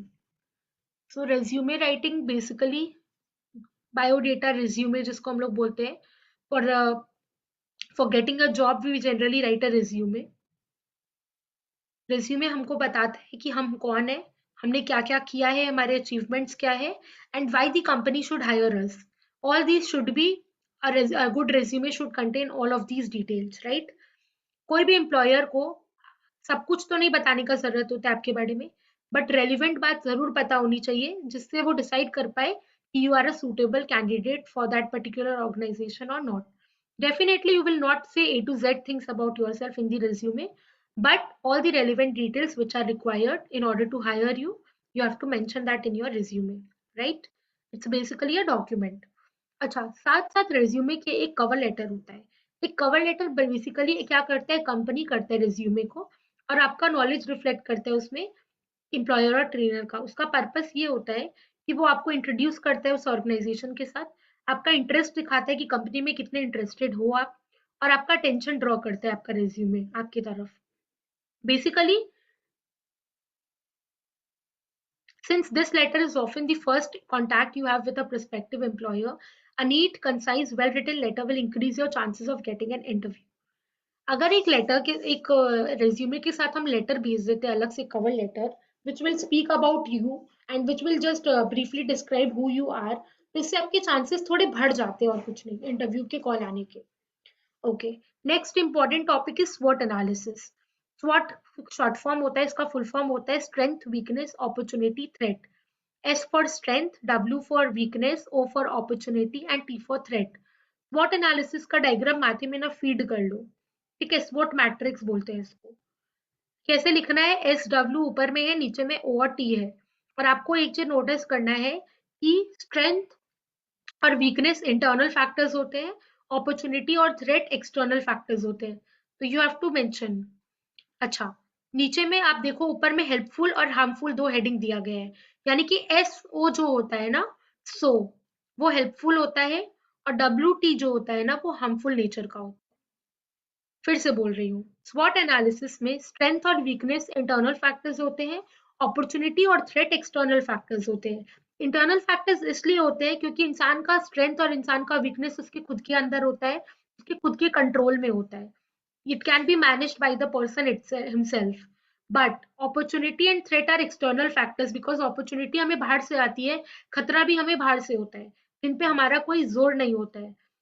वो हमारे हमको कब हिट करेगी, we have no control over it, तो दैट्स व्हाई एक्सटर्नल फैक्टर्स में वो आते हैं। दूसरा, स्ट्रेंथ आपकी आपकी ताकत आपके लिए ऑब्वियसली एक हेल्पफुल साबित होती है, it keeps you boosted, it acts as a boost to you. Similarly opportunity is also helpful to you, कोई भी मौका अपॉर्चुनिटी आपके लिए आता है that is always helpful to you, right? लेकिन अगर आपकी कोई वीकनेस है, कोई कमजोरी है, it is always harmful for you, it can never be good to you.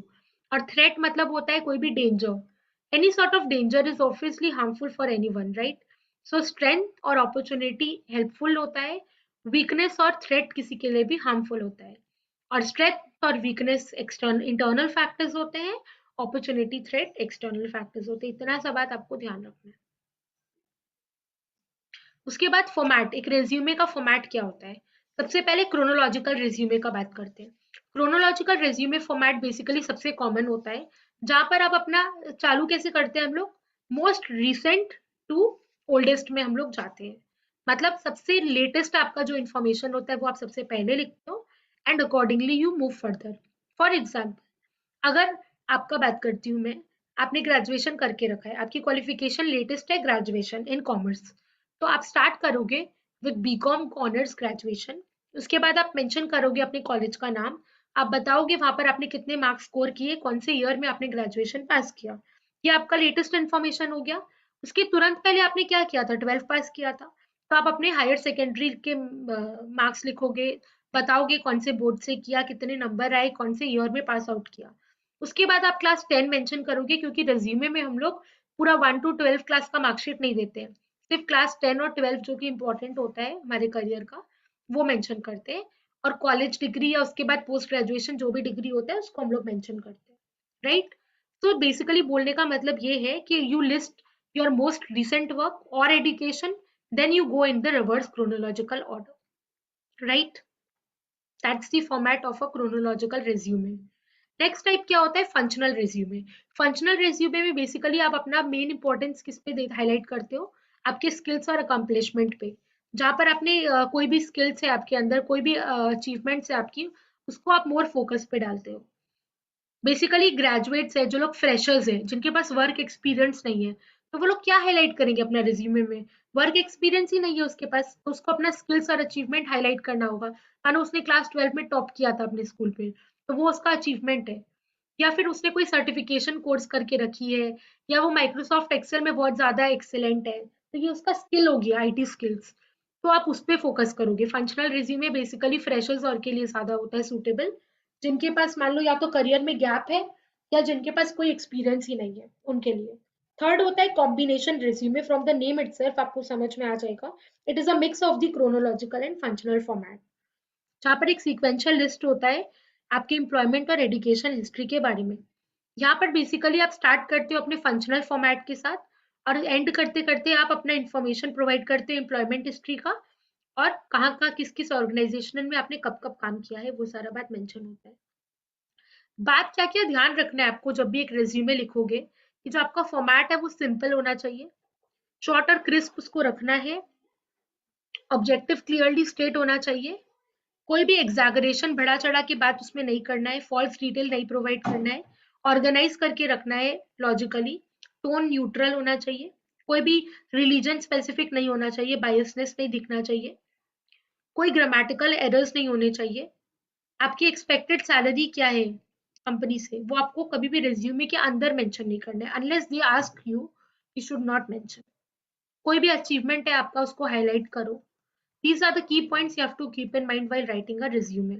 Now we will see a chronological format sample resume का, ठीक है, जहाँ पर आप देख रहे हो, to be associated with an organization that will offer to me tremendous opportunity for growth in career and provide a challenging environment that will utilize my skill and ability to the maximum.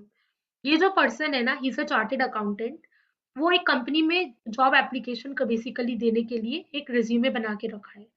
तो वो अपना objective में क्या लिखेगा, कि वो अपने आप को एक ऑर्गेनाइजेशन के साथ एसोसिएट करना चाहते हैं जहाँ पे उसको अपॉर्चुनिटी मिले, ग्रोथ मिले करियर में, और एक चैलेंजिंग एनवायरनमेंट मिले काम करने के लिए। समरी में वो बताएगा अपने बारे में, शॉर्ट समरी में, कि कितना एक्सपीरियंस है उनको, क्या है। तो उन्होंने लिखा समरी में कि उनके पास ओवरऑल 13 साल का एक्सपीरियंस है प्रैक्टिकल नॉलेज के साथ, फंडामेंटल कॉन्सेप्ट्स अकाउंटिंग में उनकी बहुत स्ट्रांग है, और एक्सेप्शनली वो क्या चीज़ पे अच्छे हैं, अकाउंटिंग कॉन्सेप्ट्स में वो बहुत ज़्यादा स्ट्रांग है। उनके पास एक्सटेंसिव एक्सपीरियंस भी है अकाउंटिंग का, और उनका कम्युनिकेशन स्किल बहुत अच्छा है, इन डेप्थ नॉलेज है उनको फॉरेन पॉलिसी की, ट्रेड पॉलिसी की। तो ये सारा अपना अचीवमेंट स्किल्स उन्होंने समराइज कर दिया इन फ्यू पॉइंट्स। फिर बात करेंगे एक्सपीरियंस का। एक्सपीरियंस माने वर्क एक्सपीरियंस। 2004 से लेके अभी तक एज अ चार्टेड अकाउंटेंट वो क्या काम कर रहे हैं, किस डिपार्टमेंट में काम कर रहे हैं, and what are the scope of work he is doing, उसको बुलेट पॉइंट्स में ही हैज मेंशन्ड। फिर 2001 से 2004 उन्होंने इंटर में क्वालिफाई करके आर्टिकलशिप किया था, उसका डिटेल वहां पे मेंशन किया है। उसके बाद एजुकेशन मेंशन किया। एजुकेशन में देखो, लेटेस्ट से हम लोग जाएंगे ओल्डेस्ट में, जैसा कि मैंने बताया था। तो सीए फाइनल 2004 में किया था मुंबई से, 2001 में पीसीई किया था, पहले आईपीसीसी को पीसीई बोला जाता था। उसके बाद सीपीटी कब किया था वो बताया है। उसके पहले बीकॉम, फिर क्लास 12, फिर 10 इन अ रिवर्स ऑर्डर, ठीक है। स्किल्स, स्किल्स में बताया कि क्या क्या चीज में वो प्रोफिशिएंट है। He is very good at M S office, Tally का उनको अच्छा नॉलेज है, उन्होंने कंप्यूटर ट्रेनिंग ITSM जो ITOT जो इंस्टीट्यूट की तरफ से मैंडेटरी होता है वो करके रखा हुआ है। ये सारा चीज स्किल्स में मेंशन किया जाएगा। देन लास्ट में आता है पर्सनल डिटेल, जहाँ पर date of birth, marital status, कौन कौन सी लैंग्वेजेस आपको बोलनी आती है, फिर आपका परमानेंट एड्रेस क्या है, सारा पर्सनल डिटेल में जाएगा। एंड फाइनली डिक्लेरेशन आप दोगे कि ये जितने भी डिटेल आप प्रोवाइड कर रहे हो दे आर ऑल ट्रू, इसमें से कुछ भी झूठ नहीं है। आप एक सेल्फ डिक्लेरेशन दोगे and you will end your letter. I hope ये क्लियर था, सैंपल बहुत ही इजी था, राइट?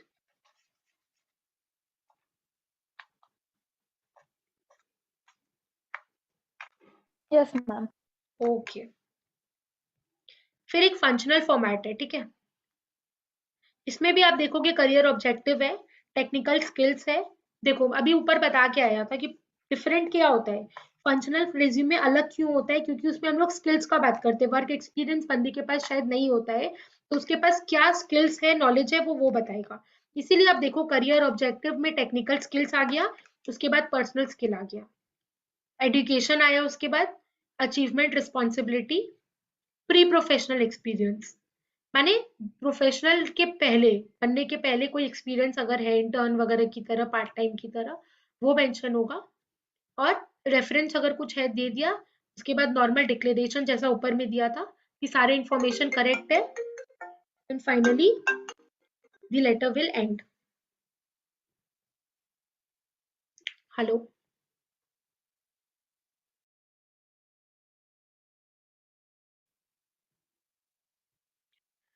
ठीक है। ये था फंक्शनल। और कॉम्बिनेशन मतलब जिसमें दोनों रहेगा। इसमें क्या देखते हैं हम लोग, करियर ऑब्जेक्टिव है, समरी ऑफ क्वालिफिकेशन है, एजुकेशन है, overview of skill and experience, मतलब सब कुछ है बेसिकली। एम्प्लॉयमेंट एक्सपीरियंस भी है बंदे के पास, स्किल्स भी है, रेफरेंसेस अगर कुछ है तो, फिर डिक्लेरेशन। अब बात करते हैं कवर लेटर का, how it is different from a resume. Cover letter basically अभी हम लोग ऊपर पढ़ के आए थे कि रिज्यूमे की तरह कवर लेटर भी इंपॉर्टेंट होता है, और इसको ध्यान से हम लोग को ड्राफ्ट करना है, क्योंकि ये एक रीजन देता है, it is making you different from others. Because अगर 10 लोग जॉब के लिए अप्लाई करते हैं, उसमें से 5 लोग ऐसे, 5 क्या रैदर 5 से भी कम लोग ऐसे होंगे जो लोग कवर लेटर के साथ रिज्यूमे अपना लिखते हैं। बहुत ज्यादातर लोग सिर्फ एक रिज्यूमे बनाते हैं, but the unique ones only prepare a cover letter along with the resume, right? So it attracts you additionally to a organization. तो ये एक तरह का बेसिकली फॉर्मल लेटर ही होता है, आप बोल सकते हो, जिसमें सिमिलर फॉर्मेट होता है। देखते हैं।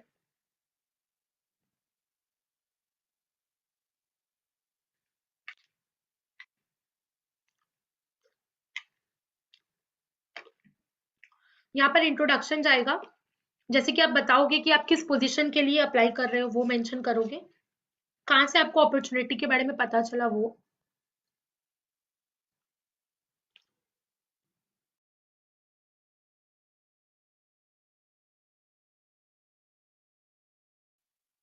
उसके बाद बॉडी, बॉडी में आप स्किल्स बताओगे, एक्सपीरियंस बताओगे रिज्यूमे में। Then you will describe the job description की किस पोजीशन के लिए आपका जॉब रोल क्या रहेगा। एंड कंक्लूजन में आप मेंशन करोगे कि आप कैसे फॉलो अप करोगे, इंटरव्यू कब होगा, फेस टू फेस इंटरेक्शन होगा, कब फिक्स किया जा सकता है, and all these things. Complimentary close similar होगा जैसा कि लेटर्स में होता है नॉर्मली, सिग्नेचर के साथ, ठीक है। बहुत इजी होता है कवर लेटर, उसमें कुछ ज्यादा कुछ होता नहीं है। I hope it was clear. इसके मैम ये बाद में, फॉर्मल यस, लेटर जैसा ही है। एकदम फॉर्मल लेटर की तरह ही है, खाली इसका एजेंडा जॉब स्पेसिफिक होता है कि क्या कौन से पोजीशन के लिए अप्लाई करना है, कहाँ से आपको वैकेंसी के बारे में पता चला, ये सब कुछ एडिशनल बातें लिखी होंगी जो एक नॉर्मली लेटर्स में नहीं होते, बस यही डिफरेंस है, ठीक है ना। ओके, इसके बाद हम लोग देखेंगे, खाली सैम्पल्स दे के रखा है, which again it's not possible to go through all the samples. जितना पॉसिबल था करा दिया, अब आप इसको प्रैक्टिस करने की जरूरत है, कुछ सारा नहीं करना है, बिकॉज सारा करने जाओगे तो आप इसी सब्जेक्ट में रह जाओगे। तो आपको स्मार्टली हैंडल करना है, 2 से 3 सैंपल सॉल्व करना है, ज्यादा नहीं। हर चैप्टर में 2 से 3 करके जाओ, हो जाएगा काम, क्योंकि आपको आइडिया लेना है। बाकी लिखने के लिए तो आपको अलग टॉपिक ही मिलना है, तो एनीवेज आपको अपने वर्ड्स में लिखना पड़ेगा। But to get a clear picture आप उसको रेफर करके जाओ तो इजी होगा। हो सकता है आपका लक अच्छा हुआ, आपको सेम टॉपिक पे ही पूछ लिया जाएगा, राइट? मैम ये मीटिंग्स कितने मार्क्स का आ सकते हैं? कितने मार्क्स का एग्जैक्ट आएगा बोलना will be difficult, need to go through the question paper, ठीक है? मगर 4 से 5 मार्क का आप एक्सपेक्ट कर सकते हो, उससे कम तो नहीं पूछेगा। अगर आपको ड्राफ्ट करने बोलेगा एक कवर लेटर, मैंने देखा था एक क्वेश्चन पेपर, ठीक है, जहाँ पे उन्होंने मीटिंग और कवर लेटर ड्राफ्ट करने बोला था, वही अराउंड 5 मार्क्स का आप एक्सपेक्ट कर सकते हो, नॉट मोर देन दैट। क्योंकि आपका जो ये सिलेबस है 40 मार्क्स का, उसमें 13 चैप्टर्स में डिवाइड है। तो किसी भी चैप्टर से ना मैंने 5 मार्क के ऊपर का क्वेश्चन नहीं देखा है अभी तक, ठीक है? तो उससे ज्यादा आई don't think you can expect. Syllabus complete कर दिया रिवीजन, बट अगर हाँ कोई भी डाउट हो ना, यू आर फ्री टू